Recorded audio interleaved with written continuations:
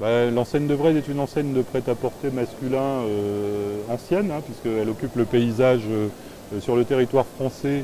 Elle n'est implantée qu'en France pour le moment depuis 1902. Et c'est une enseigne qui compte aujourd'hui 132 magasins succursales, 132 magasins intégrés. Et en étant optimiste, on peut supposer qu'il y aura une trentaine d'affiliés à la fin de l'année 2009.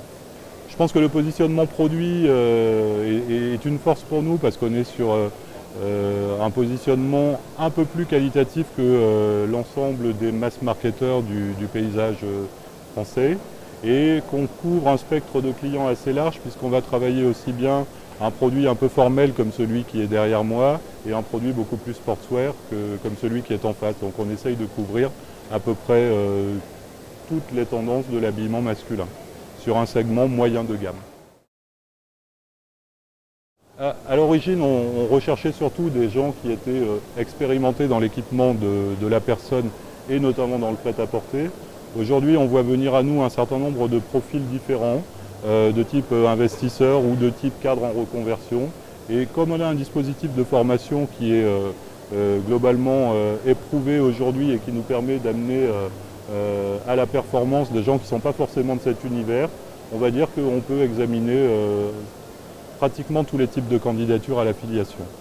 Comment accompagnez-vous par la suite à chaque étape de leur projet vos partenaires? Alors on les accompagne en mettant à leur disposition dans un premier temps un modèle économique, un compte de résultat qui n'est pas contractuel mais qui leur permet de réfléchir en fonction du niveau d'investissement qui sera le leur à une espérance de rentabilité.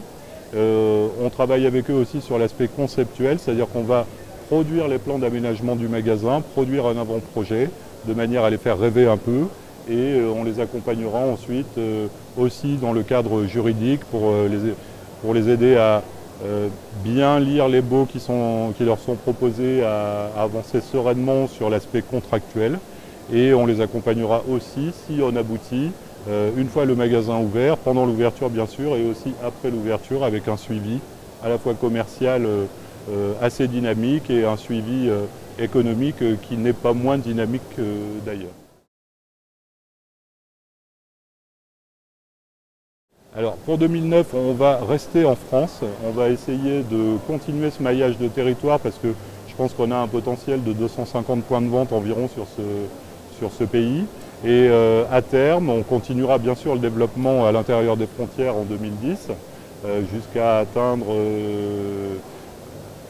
allez, je ne me donne pas de limite, mais surtout on commencera à l'international.